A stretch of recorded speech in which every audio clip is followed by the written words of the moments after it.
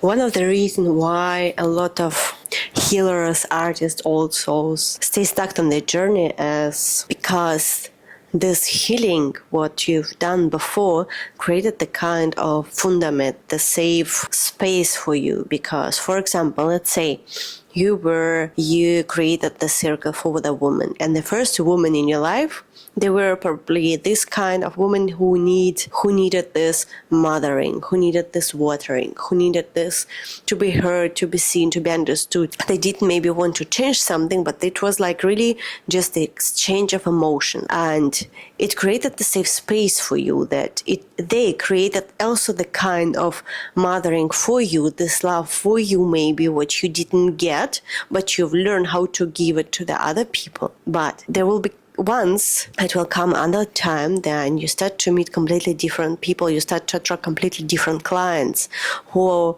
maybe don't need to be mothered by you, they want to communicate on a different level. But to step out for you out of this comfort zone, it costs a lot.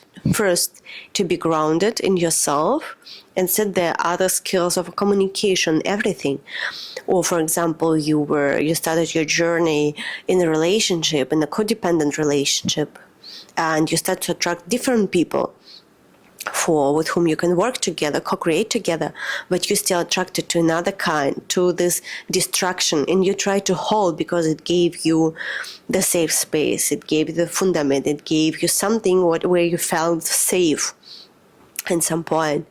And once you start to attract completely different type of client, but you still keep on mother them, you still keep maybe to save them, but they don't want to be saved.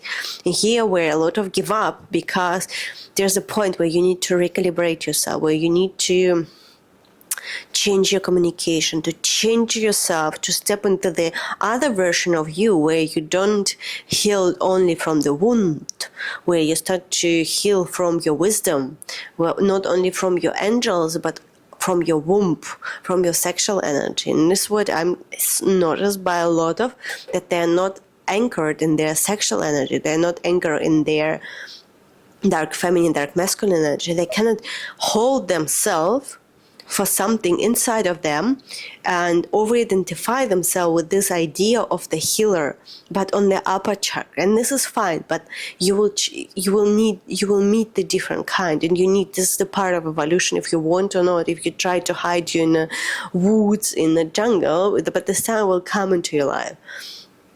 And here you need to change. You need to step into completely different power, what you're holding within yourself.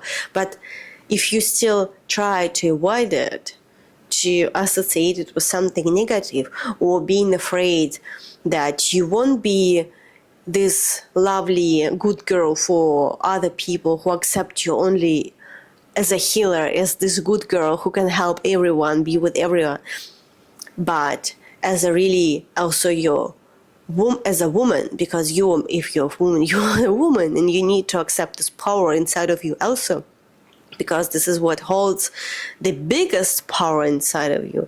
Once you activate it, you will start to attract completely different level of clients, completely different level of income, completely different level of communication, and also partnership with other people. It's completely different level of creation or co-creation.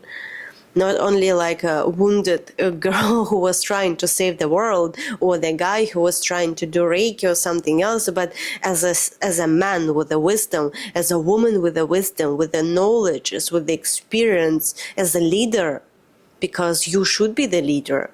And you should step into this leader power, and this activate only through this sexual energy, dark feminine, dark masculine energy.